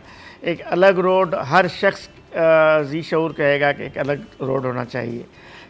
ये शायरा फैसल से हैवी ट्रैफिक को नहीं गुजरना चाहिए, या आम शायराओं से ये जो ट्रॉलर और कंटेनर और ये बड़े पोर्ट से, जैसे उन्होंने बताया, लाखों की तादाद में गाड़ियाँ निकलती हैं जो ज़ाहिर है कि हैवी उस पूरे को। तो इसका हल बहरहाल एक है, लियारी एक्सप्रेस वे एक हमारे पास फ्री किस्म का रोड है, ज़्यादा रश नहीं है। तो अब थर्ड पार्टी सर्वे कराया जाएगा, अगर कोई हल निकला तो अगर ये जो जैसे बता रहे हैं ब्रिजेस जहाँ जहाँ से लियारी नदी के ऊपर से ये लियारी एक्सप्रेस वे गुजरता है तो एक ब्रिज बना हुआ होता है, तो अगर वो उसके काबिल होगा तो उस पर चलाया जाएगा, वरना नहीं चलाया जाएगा। बिल्कुल ऐसे, वरना वो एक जो सड़क जो शहरी भी ढंग से बनी हुई सड़क इस्तेमाल करें उसमें भी कल को खड्डे हो जाएंगे, जाम सादिक पुल वाला हाल हो जाएगा। बिल्कुल। तो वो ऐसा ना हो कि वो ना इधर का रहे ना वो इधर का रहे। अच्छा जी, हम इसके साथ साथ आज के जो करेंसी रेट्स हैं वो भी दिखा दीजिए कि क्या हैं, उन पर नज़र डालते हैं।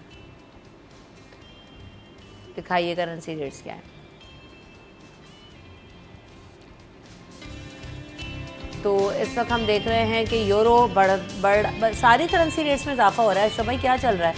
205.75 पे पहुंच गया, 75 पे। सऊदी रियाल बढ़ गया है, यूएस डॉलर बढ़ा है, स्विस फ्रांस करेंसी बढ़ गई है जी, क्योंकि इंटरनेशनल डॉलर बास्केट में डॉलर महंगा और दीगर करेंसी की जो तो उसमें कन्वर्जन में क्योंकि इंटरनेशनल डिमांड आई हुई है तो पाउंड यूरो सब महंगा हो रहा है। मैं भी कंसर्न कल जो है 2-3 रुपए महंगा हुआ है, तो अब पाकिस्तान के लिए मुश्किल है कि वहाँ से जो चीज़ें आएंगी उसको हमें इजाफी पैसे देने पड़ेंगे। ठीक, अच्छा जी, आइए ज़रा उस पर भी नज़र डालते हैं कि सब्जियों के रेट्स आज क्या हैं। दिखाइए। टमाटर जो है वो 180 रुपये किलो कहाँ मिल रहा है आजिज़ भाई?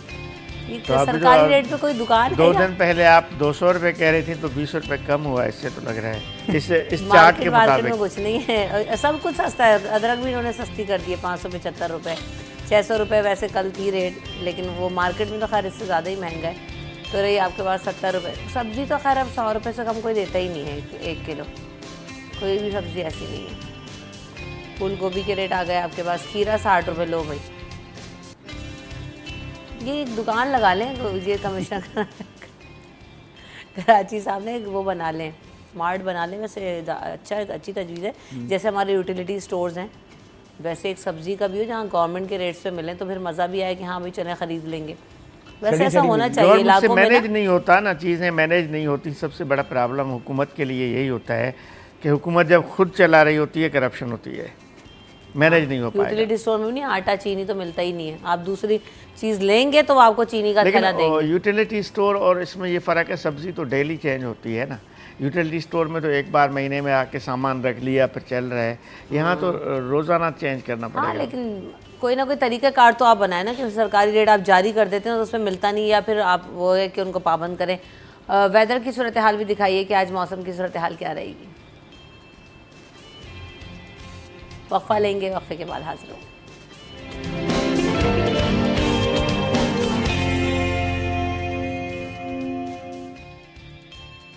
Welcome back in city at 10। तो जनाब आज का जो हमारे सेगमेंट में मौजू है वो ये कि बहुत सारे जो अम्माएँ हैं उनके लिए तो बड़ा काम आने वाला है, क्योंकि क्या होता है कि बहुत सारी जो यंग मदर्स हैं उनको समझ में नहीं आ रहा होता कि बच्चे किस कॉम्प्लिकेशन का शिकार हो रहे हैं। और जो आज हम स्पेसिफिकली बच्चों के हवाले से इस टॉपिक पर फोकस करेंगे वो है कॉलिक बेबीज़। अब ये कॉलिक बेबीज़ हैं क्या, ये होता क्या है टर्म, इसके बारे में हम डॉक्टर से जानेंगे। क्या ये गैस्ट्रिक इश्यूज़ होते हैं या इसमें कुछ और भी चीज़ें शामिल होती हैं, क्योंकि उमूमन हम देखते हैं ना कि बड़े कह रहे होते हैं भाई इसको गैस का मसला है, इसके दूध का इशू है। तो इधर इन चीज़ों को कैसे हल किया जा सकता है। और कॉलिक बेबीज़ के लिए क्योंकि अलग तरह की मेडिसिन होती हैं और उनके लिए डॉक्टर्स जो हैं वो ख़ास दूध भी जो है वो उनको सजेस्ट करते हैं। अलग अलग तरह की फीडर्स, बॉटल्स और इस तरह की चीज़ें भी कॉलिक बेबीज़ के लिए इंट्रोड्यूस कराती हैं ताकि उनको थोड़ा सा रिलीफ मिल सके। डिफरेंट काइंड ऑफ एक्सरसाइजेज़ हैं जिनसे बच्चों को रिलीफ मिलता है। तो आज हम वो सब कुछ जानने की कोशिश करेंगे कि अगर किसी का बेबी कॉलिक है या उसको बहुत ज़्यादा गैस की शिकायत रहती है, पेट में दर्द रहता है, तकलीफ़ रहती है, तो उसको एड्रेस कैसे किया जा सकता है। इसके लिए हमारे पास डॉक्टर हुमैरा शेख मौजूद हैं। आप पीडियाट्रिक स्पेशलिस्ट हैं। Welcome to the show. कैसी हैं आप? अस्सलाम वालेकुम first of all, and I am fine good. I am very pleased कि आपने मुझे बुलाया to converse on this topic that is very common. Thank you so much for your time. तो सबसे पहले ये कॉलिक इशू है क्या, ये से समझने की हम कोशिश करेंगे। देखें, जनरली जो हमारे पास ओपीडी में पेरेंट्स आते हैं ओवर एंक्शियस, समझ ही नहीं आ रहा होता ना, बच्चा रो रहा है, बच्चा रो रहा है। अब बच्चा रो क्यों रहा है? देखें, एक कुदरती निज़ाम है, उसको अगर देखें तो रोना इज़ अ सिग्नल। बच्चा रोएगा नहीं तो पेरेंट्स को पता कैसे चलेगा कि the baby is in demand. It's a good signal in fact. अब what the baby demand is that comes out in the poor things, how parents come to know, especially the new parents you are talking about. तो अब इस बात को जज करना और इसको यूटिलाइज करवाना इन अ राइट वे, दो डिफरेंट बातें हो जाती हैं। सही बात है। बच्चा रोता है, नॉर्मल बच्चा भी रोता है, जब उसको भूख लगती है 2 hourly intervals 3 hourly intervals baby cries, but वो बेबी कॉलिकी है या नहीं है, इट डिपेंड्स। आपने इसको डिफ्रेंशिएट करना है। दूसरी बात, ये जो आपने कॉलिकी बेबी का लफ्ज़ यूज़ किया, it's a very simple and general term, but आप जब एज अ बात ऑफ पीडियाट्रिशियन एंड पेरेंट्स की आती है तो आप देखें इसमें 4 चीज़ें हो गई। नंबर 1 के baby cries, it's a good signal. What he demands और she demands, it's a signal again poor, mothers को पता नहीं चला। सेकेंड थिंग, पेरेंट्स एंशियस हो रहे हैं। Third thing, it's a big challenge for paediatrics. सही बात है कि रोना किस वजह से है। देखें, रोने की बहुत सारी वजूहात हो सकती हैं, ज़रूरी नहीं है बच्चा फीड के लिए रो रहा है। हमने पहले उन सब चीज़ों को रूल आउट करना है कि रोने की वजह आया क्या है। मल्टीपल इश्यूज़ होते हैं, जो बच्चे बॉटल फेड होते हैं उनको ईयर एक होता है, उनको कॉलिक्स होते हैं, उनको एब्डोमिनल गैसी एब्डोमेन हो रहा होता है उनका। तो इन सब चीज़ों को रूल आउट करना है। उसको यूरिनरी कोई ट्रैक्ट इशू तो नहीं आ रहा। इन सब चीज़ों को रूल आउट करने के बाद then we'll come to know that yes it is a colic baby। आप इसमें ये भी सोच सकते हैं कॉलिक बेबी है क्या, किसको कहते हैं? देखें, ये टर्म समझाना भी एक जो है ना वो टास्क है। अनएक्सप्लेन्ड क्राइंग जो कि परसिस्टेंटली इंक्रीज हो रही है विद द एज। बच्चे 2-2, 3-3, 4-4 घंटे जो है वो रेस्टलेस रहते हैं, रोते Yes, रहते हैं, परेशान। yes, खास तौर पे सारा दौड़ा ना बच्चों को आधी रात को उठता है। वाई? देखें, इसमें हमने एक चीज़ कैटेगराइज की कि बच्चे रो रहे हैं, परसिस्टेंट अनकंट्रोल्ड अनएक्सप्लेन्ड क्राइंग है, मोर फ्रीक्वेंट एट नाइट है, एंड इनकंसोलेबल क्राई है। पेरेंट्स ने सब कुछ करके देख लिया, मैनिपुलेटिव बिहेवियर कर लिया, उसको टमी टाइम दे दिया, उसको सब कुछ कर लिया, बच्चा कंसोल नहीं हो रहा। तो ऐसे बच्चों को हम फिर when we exclude all the things कि ये सब चीज़ें नहीं हैं जो मैंने आपको अभी थोड़ी देर पहले बताई, जिसमें कान का इशू, पेट के और दूसरी चीज़ों का इशू, लैक्टोज इंटॉलरेंस का इशू, इन सब चीज़ों को माइनस करने के बाद भी बच्चे का अगर क्राई इज़ नॉट कंट्रोलेबल तो then it is the colicky baby और इन्फेंटाइल कॉलिक। तो अब इसका हल क्या होता है, किस तरह से इसको ट्रीट करते हैं जब डॉक्टर के पास लेके जा रहे हैं? और क्योंकि समझ भी नहीं आ रहा कि करना क्या है, डॉक्टर को भी टाइम चाहिए, तो इसका ट्रीटमेंट किस तरह से होता है डॉक्टर साहब? देखें, एक तो नंबर 1 थिंग मैं एक पेरेंट्स को मैसेज देना चाहूँगी कि always take your child to the paediatrician, not to any of the doctor cannot treat it. Yes, no, it's not the right way. उसमें क्या होता है कि वो जो एक छोटी सी ला इलाज चीज़ जो ये नहीं है, ठीक है, with the passage of time it's a benign condition actually, इसको हम बिनाइन कंडीशन लेते हैं, तो इसकी ट्रीटमेंट प्रोलॉन्ग हो जाती है, पेरेंट्स का एंग्जाइटी जो है वो प्रोलॉन्ग हो जाती है, जिसकी वजह से क्या होता है वो बच्चे को मैनिपुलेटिव थेरेपीज़ कर रहे होते हैं, उससे हट जाते हैं। मदर्स फीड कराना स्टॉप कर देती हैं कि बच्चा मेरे दूध से रो रहा है, जनरल किसी जीपी ने कह दिया या आप इसको अपना फीड करानी है, उससे रो रहा है। तो इन सब चीज़ों को हमने रूल आउट करना है by directing towards the right doctor. So तो always take your child to the right doctor, that is a child specialist. अच्छा, दूसरी चीज़ मैं आपको इसमें बताऊंगी कि इनको हम कहते हैं the period of purple crime.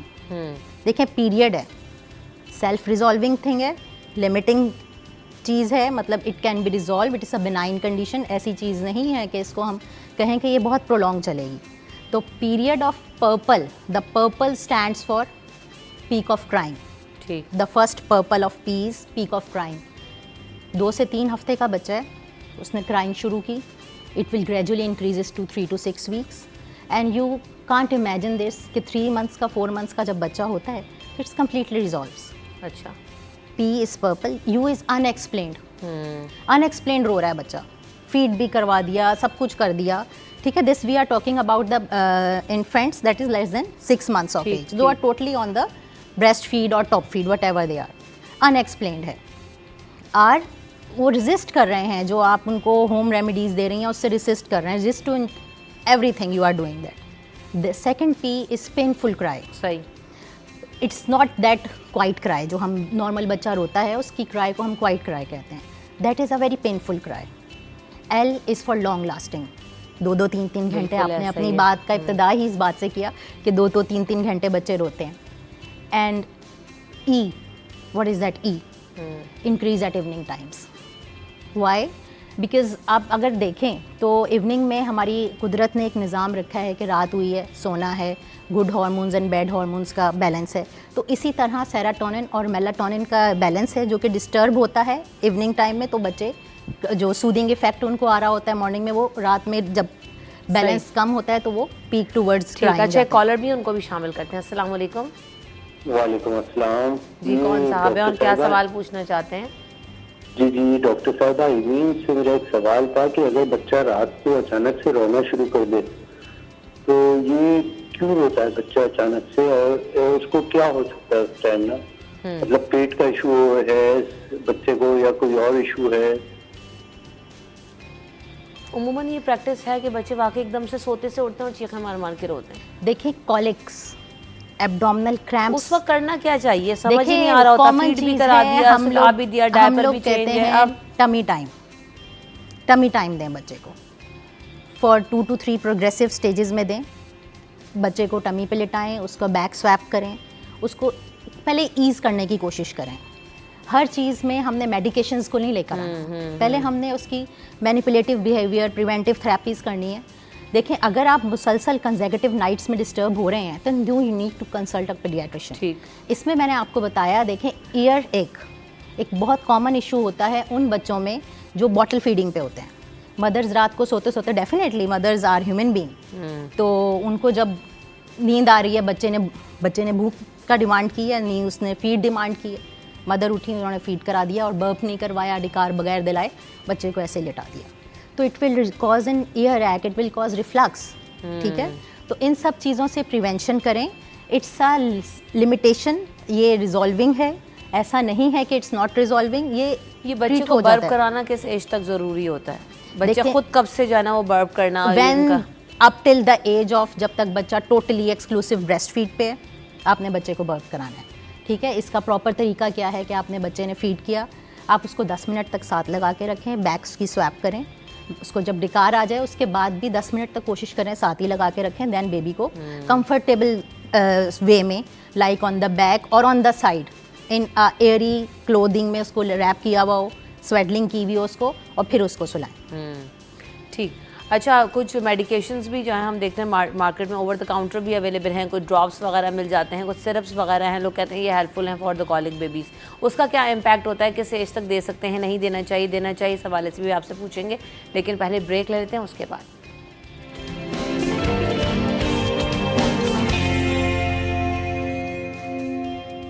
Welcome back in city at 10। अब हमारे साथ डॉक्टर रेहान भी मौजूद हैं, आप भी पीडियाट्रिशियन हैं। Welcome to the show doctor Rehan Arafat साहब, कैसे हैं आप? अस्सलाम वालेकुम। बहुत शुक्रिया डॉक्टर रेहान, अभी हमने बात की कि कॉलिक बेबीज़ हैं, क्या उनके इश्यूज़ क्या हैं, डॉक्टर साहब ने बड़े अच्छे तरीके से उसको एक्सप्लेन किया। जाते हुए सवाल मेरा ये था, आगे बढ़ाएंगे डिस्कशन को, कि जी कहा जाता है कि ये ड्रॉप्स अवेलेबल हैं, आप बच्चे को ये देना शुरू कर दें, जबकि अगर हम ओवरऑल रिसर्च या स्टडीज़ पढ़ें तो कहते हैं कि इतने छोटे बेबीज़ को मेडिकेशन ज़्यादा से ज़्यादा नहीं देना चाहिए, कम से कम आप उस पर रखें।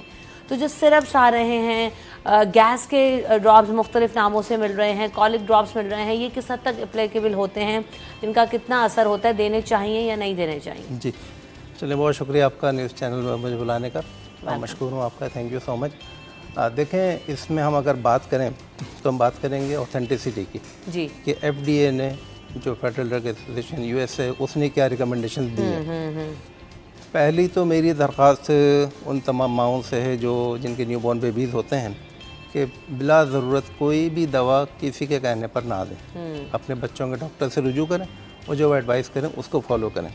गैर ज़रूरी अद्विया बच्चों को नहीं देनी चाहिए। जहाँ तक कोलिक का ताल्लुक़ है, डॉक्टर साहब भी बैठे हुए हैं, आपने भी इसमें डिस्कशन हुआ है, कोलिक की कोई ख़ास वजूहत सामने अब तक नहीं आई हैं। अब इसमें जो हमारे यहाँ, मैं सिर्फ शॉर्ट ब्रीफ बताऊँगा, 3 चीज़ें जो हमारे यहाँ बहुत कॉमन हैं सोसाइटी में। शायद हम जिस उम्र के हिस्से में, शायद हम सब ने ग्राय वाटर पिया होगा। हाँ, बस हम मम्मियाँ पिलाती हैं, गुट्टियाँ सबको दी जाती हैं, जबकि FDA इनको मना करती है कि इनकी कोई साइंटिफिक एसोसिएशन कोलिक के दूर करने में नहीं है। तो बेहतर है कि इनको ना इस्तेमाल किया जाए। दूसरे वो भी तो नंबर कहते पे हैं जो सौंफ का पानी पिलाइए और शहद का पानी पिलाइए, अंडा डाल दें दूध में। नहीं, इसकी कोई रिकमेंडेशन नहीं है। डाइटरी एसोसिएशन का कोई लिंक नहीं है कोलिक के साथ। ये तो स्टडीज़ हैं पूरी। ठीक। FDA ने क्या अप्रूव करा है? FDA ने 2 चीज़ें अप्रूव करी हैं। एक तो पुरानी अप्रूव है जो हम लोग बहुत बच्चों में यूज़ करते रहे हैं, एक केमिकल होता है सेमिथिकोन, वो अप्रूव किया है FDA ने। लेकिन वो भी येगा कि हस्ब ज़रूरत आप इस्तेमाल करें, गैर ज़रूरी बच्चों को ना दें। दूसरे नंबर पे अभी जो एडवांस टेक्नोलॉजी आई है उसमें लैक्टोबैसिलाई, ये ख़ास जिसको हम आजकल गुड बैक्टीरिया कहते हैं, ये प्रोबायोटिक्स कहते हैं, तो उसमें उसका कुछ रोल नज़र आया है। और तीसरी मैं आपको सबसे इम्पोर्टेंट चीज़ जो बताऊं, जो कि हमारे दीन ने हमें 14 साल पहले बताई थी, कि माँ का दूध। तो माँ के दूध में ख़ास बात क्या होती है कि हार्मोन होता है मेलाटोनिन, वो सिर्फ माँ के दूध में आता है, वो नेचुरल, ये आर्टिफिशियल उसमें नहीं आता है। मेलाटोनिन का काम क्या होता है कि ये हमारी जो इंटेस्टाइन होती है बच्चों की, जो आंतें होती हैं, देखिए कोलिक वर्ड जो है ना बेसिकली ग्रीक से निकला है और उसमें कोलिकोस कहते हैं। अच्छा। KOLIKS, कोलिकोस का मतलब लार्ज इंटेस्टाइन, ठीक, बड़ी आंत जिसको कहते हैं। ये कोलिक वहाँ से आया है, इंग्लिश में हमने उसको वहाँ से ड्राइव किया है। तो बड़ी आंत में जो बैक्टीरिया होते हैं जिसको हम कहते हैं कि लैक्टोबैसिलस, उनकी काफ़ी इम्पोर्टेंस है। तो मेलाटोनिन जो होता है वो क्या करता है कि इन इंटेस्टाइन्स को रिलैक्स करता है। बच्चे के पेट में जो मरोड़ हो रही होती है, वो हार्मोन जो होता है, वो जो केमिकल होता है, वो जाके उसको नेचुरली रिलैक्स कर देता है, बच्चा सूद हो जाता है। तो माँ का दूध सबसे अहम है। सही। तो ये स्टडीज़ हैं, 3 चीज़ें मैंने आपको बताई। एक तो सेमिथिकोन है, दूसरे ये जो FDA ने अप्रूव करा है लैक्टोबैसिलाई, बहुत सारे ब्रांड मौजूद हैं, और तीसरे नंबर पर जो मैं कहूँगा इसको पहले नंबर पर हमें रखना चाहिए, माँ का दूध। अच्छा, अब क्या हो रहा है, ज़ाहिर हर माँ की कोशिश होती है कि वो अपने बच्चे को ब्रेस्ट फीड कराएं और वो उनके लिए बेस्ट है, लेकिन बहुत सारी कॉम्प्लिकेशंस हैं, बहुत सारी वजूहात हैं जिनकी बिना पर हम देख रहे हैं कि कॉम्बिनेशन फीड्स पे भी बच्चे होते हैं, टोटली ब्रेस्ट फीड पे भी होते हैं और टोटली जो है वो टॉप फीड पर भी होते हैं। ओवर द काउंटर मैंने देखा है कि जो है ना वो कॉलिक बेबीज़ के लिए स्पेशली कॉलिक फीडर्स के नाम से, कॉलिक जो है वो आपके फीडर्स के जो निपल्स होते हैं वो अवेलेबल हैं। तो अब जब ये बात आ गई है कि गैस्ट्रिक इशू भी नहीं है, दूसरे इश्यूज कॉलिक से रिलेटेड कोई चीज़ नहीं है, तो फिर इन सब चीज़ों का क्या मकसद है? उससे सूद होता है, सूदिंग इफेक्ट है उन फीडर बॉटल्स का या नहीं है? बहुत इंपॉर्टेंट बात बताइए। और फिर ऐड कर लीजिएगा वेरी क्विकली कि क्या दूध का भी इंतखाब इसमें बहुत मैटर करता है, दूध और feeder summarise it in a nutshell. Doctor साहब ने अभी एक बात की कि mother milk is rich in melatonin. अभी आपने हमसे बात की थी, हम ये डिस्कस कर रहे थे कि क्यों रात में ज़्यादा क्यों रोते हैं। वो बच्चे रात में ज़्यादा रोते हैं जो टॉप फीड पे होते हैं। ये आप नोटिस कीजिएगा, इट्स अ जर्नल टर्मिनोलॉजी। जो हमारी ओपीडीज में पेशेंट आते हैं, उनके बच्चे डेफिनेटली मदर्स रात को उठ के बॉदर करना नहीं चाह रही होती, तो वो टॉप बॉटल पकड़ा देती हैं। अब उसको क्या हुआ, चालाक भी होते हैं कि आप उनको फीड करा के साइड में भी सुलाएंगे ना, वो चाहेंगे कि अम्मा के पास आ जाए। Exactly that's a natural phenomena है, नेचुरल रिफ्लेक्स। अब वो जो मेलाटोनिन उसको मदर फीड से मिलना था वो नहीं मिला, और मैंने आपको एक डे एंड नाइट का रिदम बताया है जो हमारी कुदरत की तरफ से है, एक बैलेंस बना हुआ है। अब वो उसका डिस्टर्ब होता है, तो इसलिए ये वाले बच्चे जो टॉप फीड पे हैं ये रात को ज़्यादा तंग करते हैं। सेकंड थिंग, स्मिथिकॉन, हम जो हमारे ड्रॉप्स हैं, जो चीज़ें रिलेटेड हैं, उसमें ये चीज़ ऐड की जा रही है, बट इनका रोल टू सर्टेन एक्सटेंट है। अब होता क्या है, जो जर्नल फिजिशियन, जर्नल प्रैक्टिशनर्स हैं हमारे, पेरेंट्स गए उनके पास कि कॉलिक किया, उन्होंने फ़ौरन से कह दिया मदर फीड स्टॉप कर दें, इसको टॉप फीड पे ले आए। और टॉप फीड कौन सी है? जो लैक्टोज इंटॉलरेंस वाले बच्चों की, लैक्टोज फ्री फॉर्मुलेशन पे डाल देते हैं बच्चों को, और वो थोड़ी देर के लिए बच्चों को रिलीफ मिलता है, देन उसके बाद वो दोबारा अपने उस पीरियड पे आ जाते हैं, अपने उस रिदम पे आ जाते हैं। तो देखिए, सबसे अच्छी बात यह है कि जर्नल रीअश्योरेंस हमने करनी है पेरेंट्स की। बच्चे को फ़ौरन से हमने मेडिकेशंस पे नहीं डाल देना। सौंफ का पानी, शहद का पानी, क्या क्या टोटके पेरेंट्स करके आते हैं, मैंने आपको एक लफ्ज़ कही थी, full of anxiety patient parents आते सब हैं, कुछ आजमा चुके होते हैं ना। और एक टाइम फिर ऐसा आता है वो भूल भी जाते हैं कि हमारे बच्चे को कभी कॉलिक का इशू था, बिकॉज इट्स अ रिजॉल्विंग तो कंडीशन। डॉक्टर साहब ये इतने महंगे महंगे जो कॉलिक फीडर्स हैं, ये चीज़ें हैं, खरीदना चाहिए नहीं खरीदना चाहिए, इनका रोल है, दूध का इंतखाब ऐसे बच्चों के लिए कौन सा करना चाहिए? देखिए, अगर मैनेजमेंट की बात की जाए ना कोलिक की, तो इसमें सबसे पहले नंबर पर साइकोथेरेपी है एग्जैक्टली, काउंसलिंग। कि पेरेंट्स की, और ये स्टडीज़ हैं यस, कि 70-80% केसेस में जब पेरेंट्स की साइकोथेरेपी करी गई तो बेबी सही हो गया। देखिए, कोलिक हम कहते क्या हैं? कोलिक कहते हैं कि बच्चा 1 से लेके 4 महीने तक रोज़ाना 3 घंटे तकरीबन रोए, हफ्ते में 3 दिन और 3 महीने तक, ये कोलिक का फार्मूला है, यस, बगैर किसी 3 का टेबल, बगैर किसी साइंटिफिक वजह के। यस, सही। यानी हमने सारी चीज़ें रूल आउट कर देंगे, बच्चे के पेट में और कोई बीमारी नहीं है, हेल्दी है, सेहत पकड़ रहा है, वजन गेन कर रहा है, बुखार नहीं है उसको, उल्टियाँ नहीं, और कोई अलामत नहीं है, तो हम कहते हैं उसको कोलिक लेबल कर दिया। अब इसका ट्रीटमेंट में सबसे पहले जो इंटरनेशनली, हम तो पाकिस्तान में बैठे हैं, दुनिया में की बात कर रहा हूँ, ये कोलिक तो दुनिया में, बच्चे तो देखें दुनिया में, सारी दुनिया में होते हैं ना, और बच्चों को सारे छोटा नहीं बच्चे समझे, एक जैसे। बच्चे आपको मेंटल लेवल भाई ज़्यादा है। बहुत स्मार्ट हैं बच्चे तो सबसे पहले नंबर पर पेरेंटल साइकोलॉजी, दूसरे नंबर पे हम फीडिंग टेक्निक्स, तीसरे नंबर पे टमी टाइम, सही। चौथे नंबर पे लास्ट में जाके भी ड्रग्स आती हैं कि चलो भाई Pharmacokinetics, सब कुछ हमने कर लिया, अब ये कि भाई ये ड्रग दो। Psychotherapy is very important. माँ को समझाना है कि बच्चे को अपने किस तरह से हैंडल करना है, किस तरह से उसको मैनेज करना है।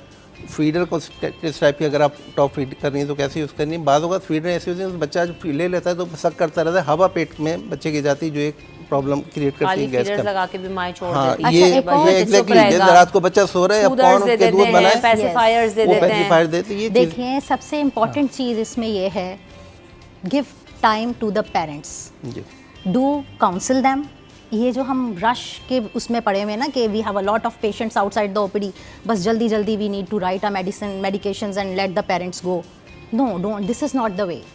आपने पेरेंट्स को सिर्फ टाइम देना है, उनकी काउंसलिंग करनी है। तीसरा, उनको बताना है कि mother feed is the best. बिल्कुल ऐसा ही। फ़ौरन से आपने स्विच ऑफ नहीं करना टॉप फीड्स पे एंड इन ड्रग्स पे। No doubt there is a role of these simethicone and colic drops, but it limitations को जब हमने देख लिया कि इन सब चीज़ों से चीज़ें सेटल आउट नहीं हो रही, देन बट सबसे इम्पॉर्टेंट थेरेपी इसकी है काउंसलिंग ऑफ द पेरेंट्स। और फिर वही वाली बात है कि 3 का टेबल भी तो पढ़ना है कि वो थोड़ा टाइम आप उसको लगेगा एंड देन फिर वो बच्चा ओवरकम कर इसमें लेगा। खास तौर वेरी पे- क्विकली डॉक्टर साहब जी, मुझे मैं थोड़ा सा 2 मिनट बस लूँगा। जी। टमी टाइम के हवाले से, यानी बीइंग ए पीडियाट्रिशियन या बच्चों के जो डॉक्टर होने के, हमारी कोशिश होती है कि मदर को प्रैक्टिकली करके दिखाएं। यस, मिसाल के तौर पे बेबी रो रहा है तो हमें उसको क्या करना है। अब टमी टाइम पे थोड़ा सा मैं आपको बस ब्रीफ करूंगा कि एक तरीका ये होता है कि माँ से कहेंगे थोड़ा सा एंगल पे लेटे 30 डिग्री, और बच्चे को अपने पेट पर लेटाए, यानी इस तरह से लेटाए कि माँ का टमी और बेबी का टमी, ये दोनों पेट साथ हों और बच्चा आप माँ को देख रहे हो। ये बड़ा सूदिंग इफेक्ट है अच्छा। बेबी के लिए। सेकंड क्या होता है कि माँ बच्चे को गोद में अपनी टांगों पे रखे, उल्टा रखे, उसका पेट यहाँ दबेगा, ये लैप टमी कहलाती है। इस तरह दो थोड़ी देर टैप रखें भी कर रहे होते हैं लैप ना पे, आप हाँ, पीछे तो ये बच्चे को बड़ा सूदिंग करता है। तीसरे नंबर पे बच्चे को हाथ में ले लें आप उल्टा, स्वेडलिंग, इस तरह से आप करेंगे तो उसको उसके टमी को रिलीफ मिलेगा। सही। चौथे नंबर पे बच्चे को उल्टा लेटाकर उसकी आई टू आई आप कोई प्ले, कोई गेम करें ताकि आपके साथ मूव करे, ये टमी टाइम भी एक टाइप होती है। और आखिर में टमी टाइम क्या है कि बच्चे को लेटाकर उसके शोल्डर के नीचे थोड़ा सा कुशन रख दें, उसकी गर्दन है, ये प्रैक्टिकली बच्चों और को डॉक्टर साहब करके जब दिखाएं। जिन बच्चों ने ये काम किए हैं, sorry I am taking your more time, उनके साथ सिर्फ टमी रिलीफ नहीं मिला, उनकी मोटर स्किल्स भी बहुत अच्छी होती हैं, उनकी टोन बहुत अच्छी होती गर्दन है, सेट करता है, अपने आप को संभालने की कोशिश कोऑर्डिनेशन करता है। Skills, fine and motor skills सारी उसकी उसको एक सॉर्ट ऑफ एक्सरसाइज स्टार्ट हो जाती है। बिल्कुल ऐसे थोड़े पेशेंस चाहिए, वही वाली बात कि वालिदैन कितनी तवज्जो देते हैं। और फिर मैं ये कहती हूँ कि हर चीज़ की जिम्मेदारी माँ के ऊपर ना डाल दें। माँओं की भी नींदें बहुत मुश्किल हो रही होती हैं छोटे बेबी के साथ, उनके ऊपर घर की भी जिम्मेदारी होती है, तो कोई और भी ये काम करवा सकता है, साथ मिलकर बच्चों को रिलैक्स कर सकता है, सूद कर सकता है, कोई स्वाडल कर सकता है, बाप भी कर सकते हैं। लेकिन बच्चों को, इतने छोटे बच्चों को संभालने के लिए असल चीज़ वही है कि वक्त लगाना पड़ता है और उनको अंडरस्टैंड करना पड़ता है कि कब किस पोजीशन में सुकून में जा रहा है। Thank you so much doctor साहब, आप दोनों ने वक्त दिया, आप लोगों की आपका बहुत शुक्रिया। हम यहाँ पे वक्फे की तरफ बढ़ेंगे, वक्फे के बाद हाजिर होंगे अपने अगले टॉपिक।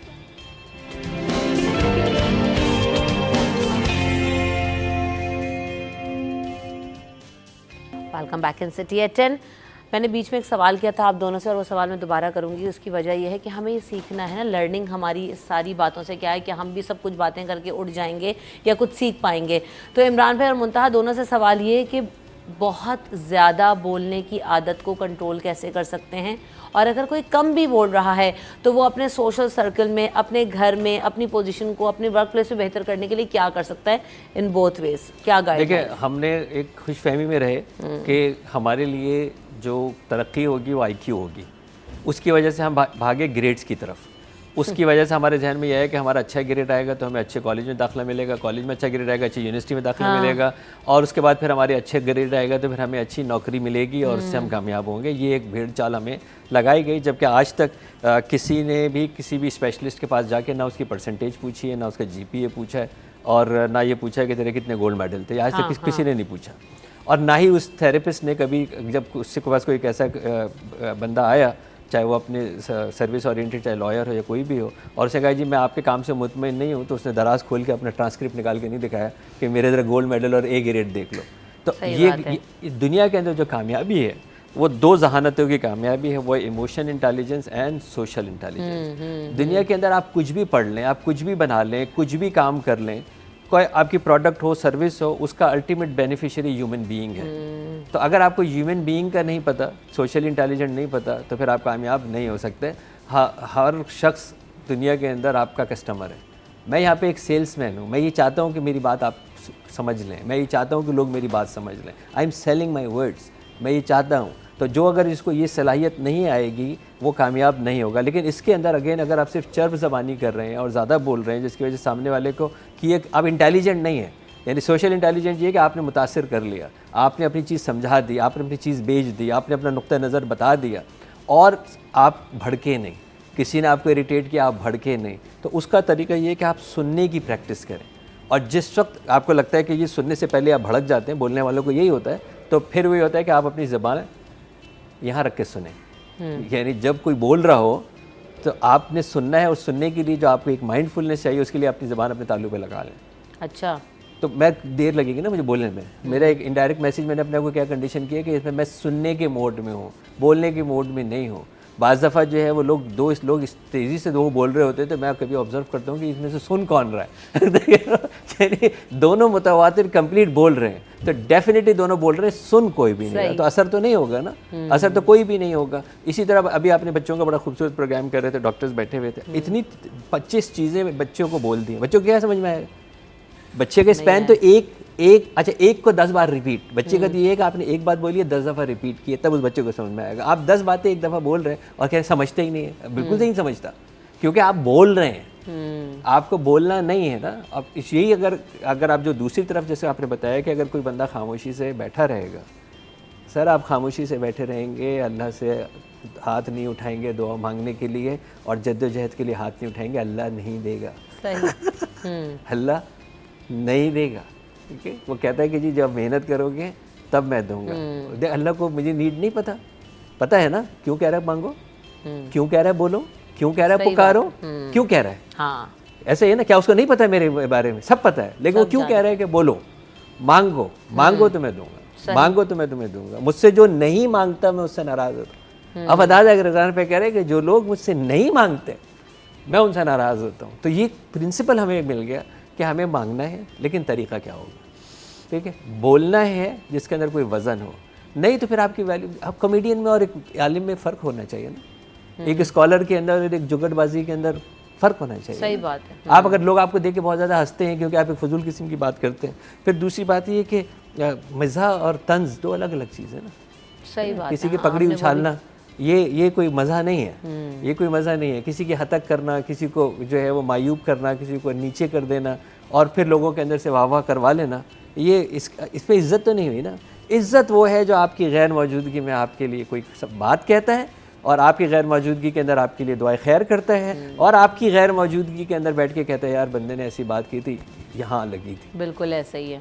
तब आपका मतलब है कि आपने सही गुफ्तगू फरमाई थी। बिल्कुल ऐसे ही। जी मुंतहा आप क्या ऐड करना देखिए, जज्बात पे काबू होना इक्वली इम्पॉर्टेंट चीज़ होती है। जब हम कहते हैं कि हमें ज़्यादा नहीं बोलना चाहिए या हमें कम बोलना चाहिए या मैं बहुत कम बोलती हूँ, मुझे थोड़ा ज़्यादा एक्सप्रेसिव होना चाहिए, इन तमाम चीज़ों की जो ग्राउंड रूट रियलिटी है वो हमारे जज्बात और हमारे इमोशंस हैं। जितना ज़्यादा हम अपने जज्बात और अपने इमोशन से वेल अवेयर होते हैं, उतना ज़्यादा हम बहुत ज़्यादा माइंडफुल होकर चीज़ों को टैकल करते हैं।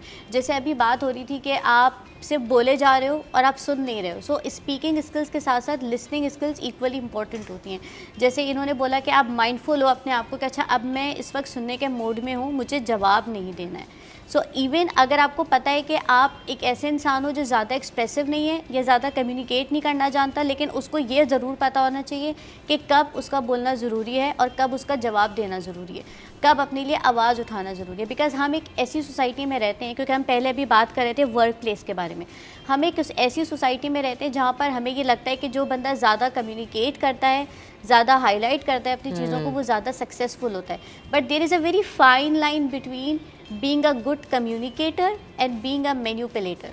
अभी आप ये देखो ना, सोशल मीडिया का जो दौर आ गया उसमें तो जी जो ज़्यादा पोस्ट कर रहा है, जो ज़्यादा चीज़ें अपने आप को हाईलाइट कर रहा है, सेल्फ ब्रांड कर रहा है, वो लोग ज़्यादा हमें कामयाब नज़र आ रहे होते हैं। उसमें भी आप ये देखती हो कि कितनी चीज़ें मैनिपुलेट की जाती है। तो यही बात है कि आपको इतना अवेयर होना चाहिए अपने आप से और अपने इर्द गिर्द के माहौल से कि आपको ये पता होना चाहिए कि वो इंसान वाकई में एक अच्छा कम्युनिकेटर है या वो एक मैनिपुलेटर है, जो वाकई में अपने आसपास के लोग अटेंशन सीख करता है, अपने आसपास लोगों को इकट्ठा करता है और फिर हमें ये पर्सपेक्टिव मिलता है कि यार वो तो बहुत ज़्यादा सक्सेसफुल है। सो ये फाइन लाइन समझना भी बहुत ज़्यादा ज़रूरी है। देखिए यहाँ पे वैल्यूज़ आएंगी ना बेटा। अब इस वक्त जो पढ़ाया जाता है वो पढ़ाया जाता है manipulation is the art of communication. जब आपको ये पढ़ाया यही जा रहा है कि आपको मैनिपुलेशन करनी है, ये आर्ट ऑफ कम्युनिकेशन है, इससे आप सेल्स कर सकोगे, इससे आप चीज़ें बेच सकोगे, तो फिर वैल्यूज़ इसमें से जब आप माइनस करेंगे, जिसकी आप बात कर रहे हैं ना कि आप जिसका दिल चाहे धज्जियाँ उड़ा रहे हैं, तो ये कौन सी अच्छी वैल्यूज़ हैं। दीन फितरत हमें एक बहुत अच्छी बात बताता है। एक वही बताता है कि इल्म और किब्र एक साथ नहीं हो सकते, इल्म और किब्र एक जगह नहीं हो सकते। और वो दूसरी बात ये बताता है कि हिल्म के बग़ैर इल्म नाफे नहीं है, हलाकत है। यानी इल्म तो आ गया लेकिन वो हलाकत है। इसी तरह आपके ये फजूल किस्म का कंटेंट के 2 मिलियन व्यूज़ तो आ गए, ये सिर्फ हलाकत है। इससे हासिल क्या हुआ? आपको कुछ पैसे मिल गए, बस ऐसे ही है। वो जो इम्पैक्ट हुआ, ये क्या हुआ, ये कितना असरअंदाज हुआ। आप क्या लोगों को बता के चले गए कि ट्रेन के आगे उल्टा लटक की तस्वीरें खिंचवा, 2-4 मर भी जाते हो तो क्या फ़र्क पड़ता है?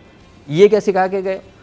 क्या सिखा रहे हैं ना। अगर मेरा इतना ज़्यादा कंटेंट है और उसको हीरो बन रहे हैं ना, मसला ये हीरो बने हुए लोगों के सामने आइडियलाइज हो रहे हैं। और हमारे यहाँ हीरो इमरान भाई ऐसे में क्या करें? मैंने बच्चों को देखिए, मैंने बताया ना, बीइंग अ चाइल्ड साइकोलॉजिस्ट और मेंटल हेल्थ साइकोलॉजिस्ट, मैं बच्चों से आके कहता हूँ कि यार ये बताओ कि तुम हीरो बनना चाहते हो या विलन बनना चाहते हो? अरे सर विलन बनना चाहते हैं ना। हीरो तो रोते ही रहता है, आखिर में जाके उसको मिलती है, विलन को पहले दिन मिल जाती है। आजकल के बच्चों की अप्रोच होगी है। अब बच्चों की अप्रोच बिल्कुल डिफरेंट है। तो ये नुकसान है जो आप बता रहे हैं ना कि वो हीरो बन रहे हैं, ये विलन हीरो है। हीरो की डेफिनेशन हमारे यहाँ बहुत डिफरेंट बना दी गई है। हाँ। कि आप ज़्यादा कमा रहे हो, आप मैनिपुलेट ज़्यादा अच्छा कर रहे हो, आप लोगों को धोखे में रख रहे हो, आप चालाकियाँ कर रहे हो, तो आप हीरो हो। सो ये भी एक बहुत इंपॉर्टेंट एस्पेक्ट है समझने। अच्छा, और रियल लाइफ हीरो को हमने किससे वो कर दिया? जितनी अच्छी गाड़ी, जितना अच्छा शोशा, जितनी अच्छी बातें। अब वो अच्छा का तो अब खैर लफ्ज़ भी बड़ा मुश्किल हो गया बातों से मुतालिक, तो लेकिन वही है कि हमने उन चीज़ों को आइडलाइज़ करके उसको हीरो या उसको आइडियलाइज़ कर लिया, उसको जो है ना वो सेलिब्रिटी बना दिया है। स्टार का एक तो वर्ड आजकल बहुत ज़्यादा कॉमन हो गया है, हर बंदा एक स्टार है अपनी ज़ात में। तो ये असल में मसला ये है कि हमने जिन लोगों को हम देख रहे हैं, जिनको हम अडॉप्ट कर रहे हैं, वो क्या कह रहे हैं, उनकी बात में कितना असर है। पहले अच्छे कोट्स पढ़े जाते थे, पहले अच्छी कहानियाँ पढ़ी जाती, हम भी अपनी शो में कहानियाँ सुनाते हैं, लेकिन वो सब इसलिए था कि हम सबक आमोज़ बातों से हम ज़िंदगी में कुछ सीखते थे, उनको जानते थे, अच्छी किताबें पढ़ते थे और वो हमारी पर्सनालिटी को फॉर्म करती थी, एक बैलेंस क्रिएट करती थी। अब हमें उस चीज़ का फुकदान नज़र आता है, बस एक भेड़ चाल है, देखे जा रहे हैं, किए चले जा रहे हैं। और जैसे हमारी स्टडीज़ में भी जो मैनिपुलेशन सिखाई जा रही है, वो हम अपनी अमली ज़िंदगी के अंदर भी इसको प्रैक्टिस कर रहे हैं। क्यों? क्योंकि सब कुछ माल से लिंक हो गया है। तो अपनी पर्सनैलिटी के अंदर जो है एक बैलेंस कायम करें। बहुत सारी टिप्स हमें यहाँ से मिली। Thank you so much Imran भाई, आपने वक्त दिया, मुंतहा आपने वक्त दिया, आपका बहुत शुक्रिया। प्रोग्राम का वक्त जो है वो ख़त्म हो गया, मुझे दीजिए इजाज़त। हम सबको अपनी दुआओं में याद रखिएगा। अल्लाह ने के बाद।